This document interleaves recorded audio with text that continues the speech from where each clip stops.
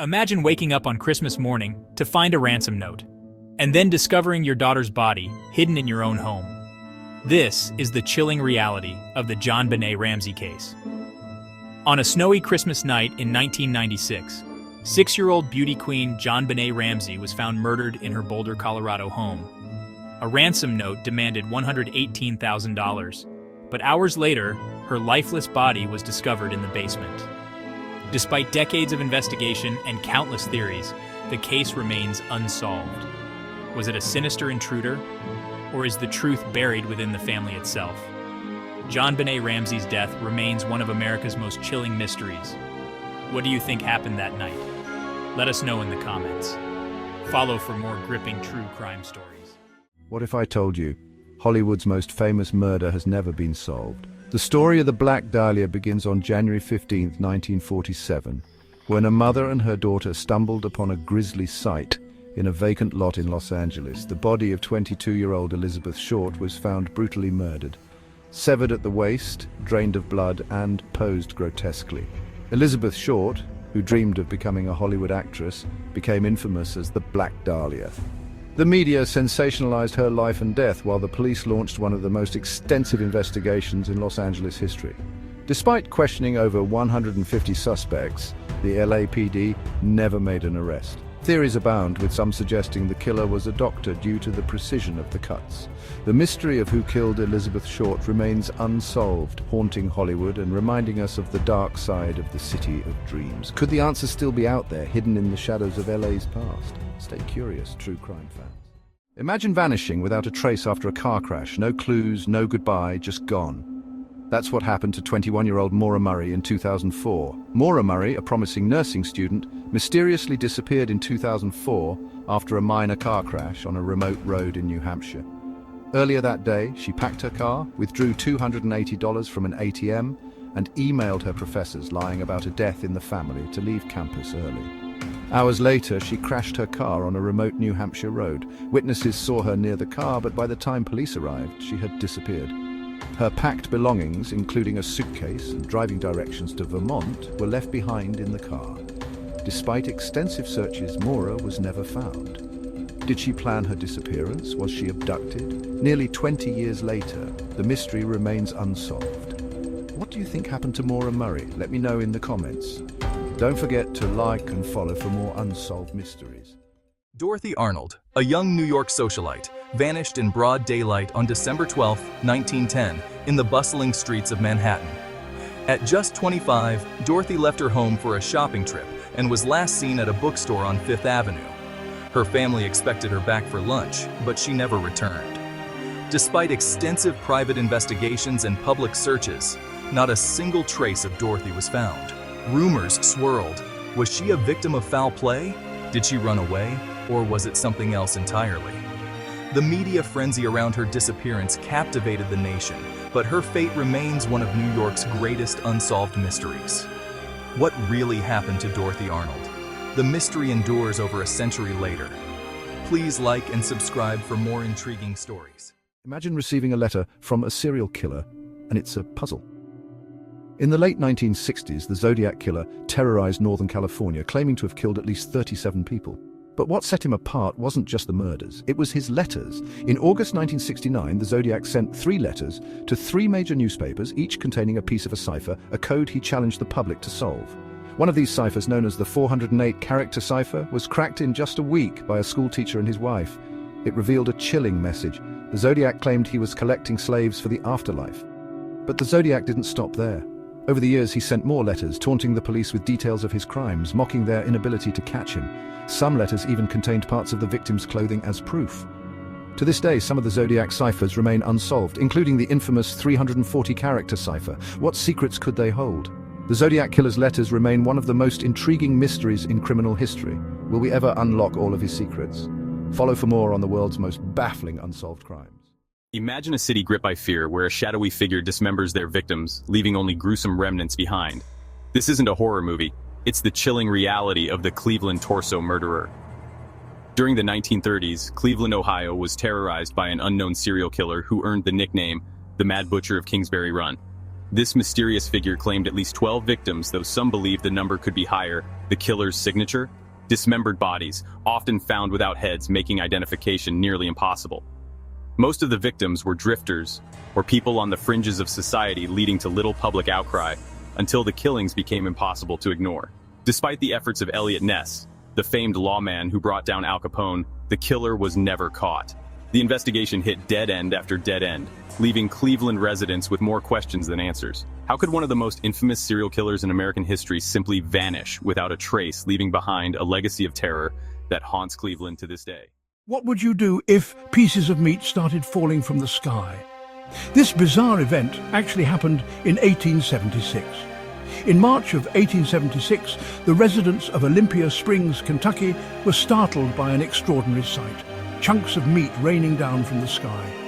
Descriptions varied, with some claiming it looked like beef or lamb, while others suggested it resembled bear meat. The event, known as the Kentucky Meat Shower, left everyone baffled. Scientists, curious onlookers, and even the press were all eager to find an explanation. Some samples were sent for analysis, with theories ranging from vulture vomit to a bizarre meteorological phenomenon. But none of these explanations fully satisfied the public's curiosity. Despite numerous attempts to solve the mystery, the true cause of the Kentucky Meat Shower remains elusive. Could this strange event have been a rare natural occurrence, or is there an even weirder explanation hiding in the annals of history? What if your favorite TV show was suddenly interrupted by a bizarre, masked figure? This is the story of one of the most mysterious broadcast hijackings in history. In 1987, viewers in Chicago were watching their regular programming when their screens were suddenly taken over by a strange figure wearing a Max Headroom mask. For nearly 90 seconds, this eerie character, accompanied by a background of moving lines, ranted and mocked various topics in a distorted voice before the signal was abruptly cut off. The hijacker's identity remains unknown to this day, and despite extensive investigations, the authorities were never able to track down the culprit. The incident became one of the most infamous unsolved cases in television history, leaving viewers and investigators puzzled. Who was behind the Max Headroom signal hijacking, and what was their true motive? How did they manage to pull off such a bold stunt without leaving a trace? 7 sudden deaths, all linked to a common painkiller. But what poisoned these Tylenol pills? On September 29, 1982, 7 people in Chicago died after taking cyanide-laced Tylenol. The victims included 12-year-old Mary Kellerman and 3 members of the Janus family who died within hours of each other. Investigators connected the deaths by discovering the same control number on the Tylenol bottles, which smelled of bitter almonds, cyanide's deadly signature. Over 31 million bottles were recalled, but the person responsible was never caught. This could happen again. Because I'm sure you've watched this video footage. A missing tourist, a creepy elevator video, and a shocking discovery in a hotel water tank. What really happened to Elisa Lam? On January 26, 2013, 21-year-old Elisa Lam checked into Los Angeles' infamous Cecil Hotel. When she didn't check out on February 1st, her family contacted the police. 18 days later, her body was found floating in the hotel's rooftop water tank after guests complained about strange-tasting water. Surveillance footage of Lam acting erratically in the elevator sparked countless theories: drug use, mental illness, even foul play. But how did she access the roof and end up in the water tank? The mystery remains unsolved, and it still causes terror among people in the community. Because if your new house came with a creepy stalker, would you still move in? What dark secret was hidden in the walls of 657 Boulevard? In June 2014, the Broadus family was set to move into their perfect home in Westfield, New Jersey. But just 3 days after buying it, they received a terrifying letter from someone calling themselves the Watcher. This mysterious figure claimed their family had been watching the house for decades, and they knew unsettling details about the Broadus' children, such as their birth order and nicknames. More letters followed, each more chilling, and the family was too scared to move in. The mental effects were taking a toll on the Broadus family. There were no fingerprints and no way to place somebody at the scene of the crime. Only 6 months after they received the letters, they decided to sell the home. The Watcher was never caught. Who was lurking in the shadows of 657 Boulevard? The Watcher's identity still remains a mystery.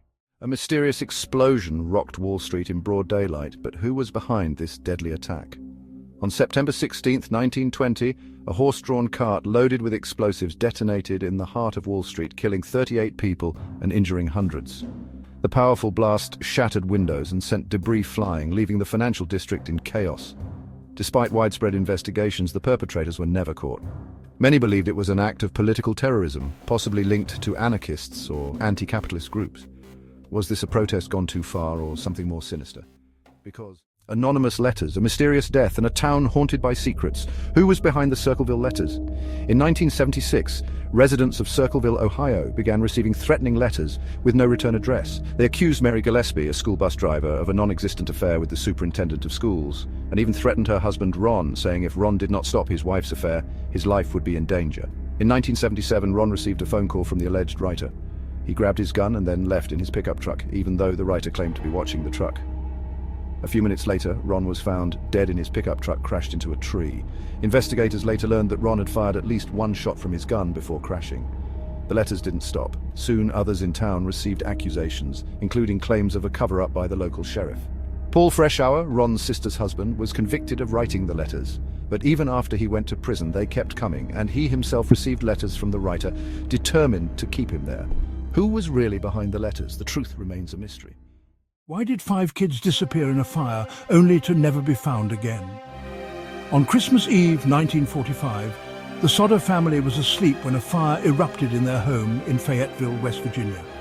George and Jenny Sodder managed to escape with 4 of their 9 children, but the remaining 5 were trapped upstairs. In a desperate attempt to save them, George tried to re-enter the house, but strange obstacles thwarted him.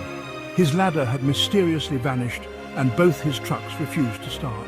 After hours of helplessness, the fire reduced the home to ashes, but shockingly, no remains of the children were found. Authorities blamed faulty wiring for the fire, but George had the wiring inspected earlier that year. To add to the mystery, witnesses claimed to have seen the missing children alive after the fire, raising the unsettling question, were they really victims of the blaze, or was something more sinister at play? To this day, the mystery remains unsolved.